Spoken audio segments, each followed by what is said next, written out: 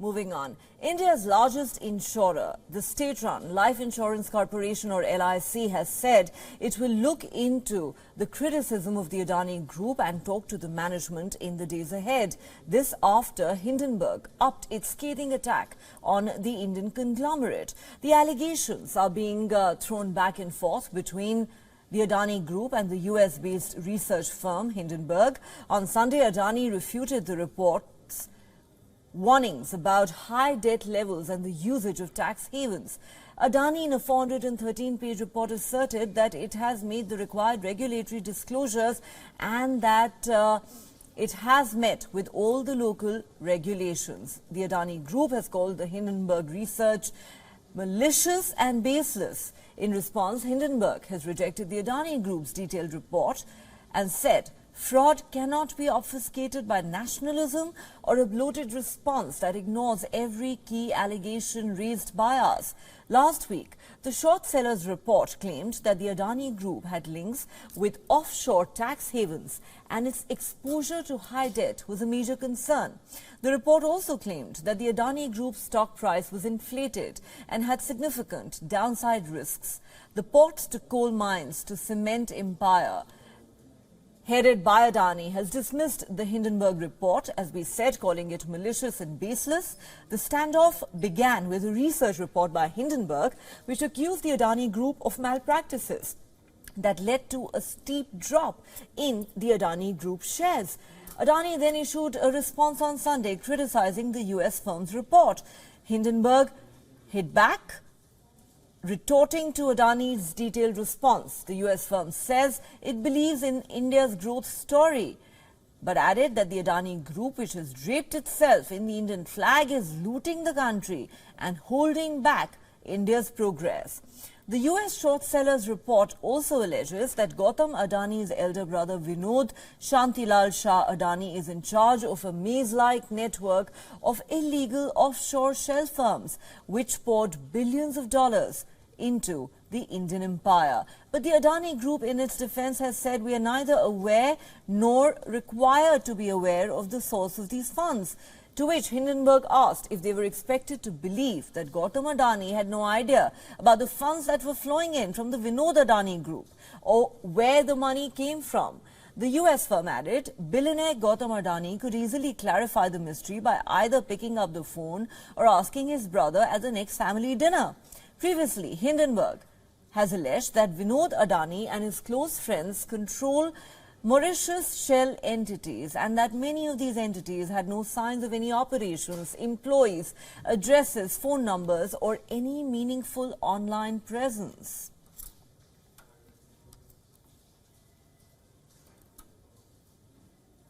All right, for more on this developing story, we're now joined by independent market analyst Hemendra Hazari. He joins us live from Mumbai. Mr. Hazari, thanks very much for speaking to WION. Now, Hindenburg Research has summarily rejected Adani's detailed response or defense, which runs into more than 400 pages. The Hindenburg report says, and I quote, fraud cannot be obfuscated by nationalism or a bloated response which ignores every key allegation that we've raised. So essentially they're saying that the sum and the substance of the serious allegations have not been addressed at all by the Adani Group in their defense. What would you say? I think by and large they have made very specific allegations about Adani, and I think you have summed it up. I think the crux of it is that you have these companies who are supposedly outside the promoter group and they are based in Mauritius, and funds, large amounts keep coming into the group from these companies, and the funds go out from these companies, from the listed companies into these Mauritius-based companies. So this, normally any major fund flow from a Mauritius company should be regarded with a great deal of caution by Indian investors and indeed even by the Indian regulator. Now, officially, Adani is saying that we have no idea about these companies and therefore we cannot give you any details. What is their source of funding? So here, to solve this mystery, really, the Securities and Exchange Board of India must conduct its own investigation and come out and tell the public. Because Adani is saying we don't know anything about it. And Hindenburg is saying that these are companies which are linked to the promoter. And strangely, the Securities and Exchange Board of India has been silent throughout. And even earlier, they have conducted many investigations, but nothing seems to have come out of this. So I think with this huge reduction in market value, the investors are now getting extremely concerned. And they are going along, it appears, with the Hindenburg report. And that is why it shakes the confidence of not only domestic investors, but also of global investors. And therefore, it is all the more important for the Securities and Exchange Board of India to conduct its own investigation and inform the public and the investors. Well, you're making some very important points there, Mr. Hazari. You are saying that investors are clearly worried, spooked, and they seem to be going along with what the Hindenburg report says. This is going to impact global investor confidence. And why is the Securities and Exchange Board of India quiet? It should be holding its own inquiry.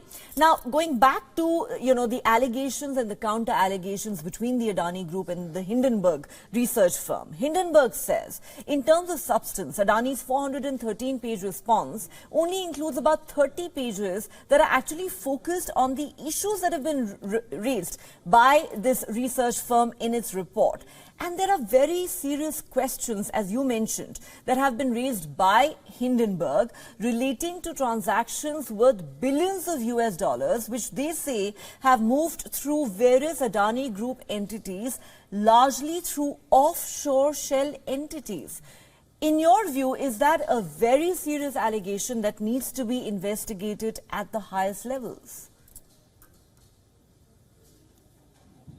No, very true, because the reply that Adani has given is saying that a lot of these charges have been there in former, earlier investigative agency reports, which came into India's legal system, and the judicial system absolved the company of any guilt.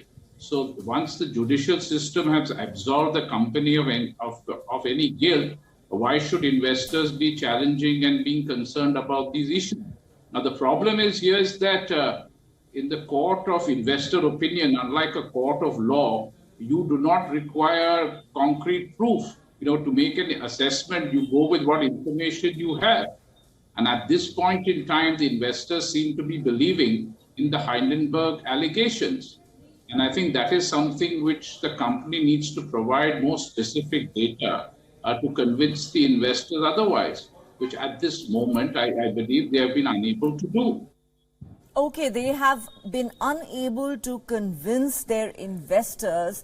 It's interesting, amidst these allegations and counter-allegations, the Adani Group says that this is an attack by Hindenburg on the India story. Hindenburg says Adani is just draping himself in the Indian flag while obfuscating the real issue. The question I want to ask you now is, how long do you think Indian financial institutions can continue supporting Adani's massive expansion plans? One thing is very clear, that even prior to this report, the Indian banks were reluctant to increase their exposure onto the Adani Group company. And therefore, a couple of years ago, Adani had to approach the global debt markets to raise capital. Now, if this follow-on public issue does not get subscribed, or it just about gets subscribed, there will be naturally considerable concern in the global debt markets. And if the bond yields of the Adani companies listed abroad shoot up, and resulting in a decline in their bond prices, it will make Adani extremely difficult to raise additional funding or to roll over the existing debt which is coming up for redemption. And therefore, we have to see what other option does he have. Does he go, because the Indian banks appear to be going to be very reluctant to give him any additional money, because if they do, their own share prices may start declining. So therefore, he'll have to again try to raise, equity. And these are, complex problems, which I think by going to the international capital market, these are the concerns. And, even if you're close to the government, you cannot really influence the foreign capital markets like you can influence events in the home country. All right. Certainly, this is a complex issue. Just how is the Adani Group going to address it? As you said, will they be able to come out with satisfactory answers and restore investor confidence? Will SEBI step in? Will there be investigations at the highest levels? Those are some of the questions we'll probably find answers to in the days ahead. But on that note, Hemendra Hazari, thank you for sharing your perspective with WION.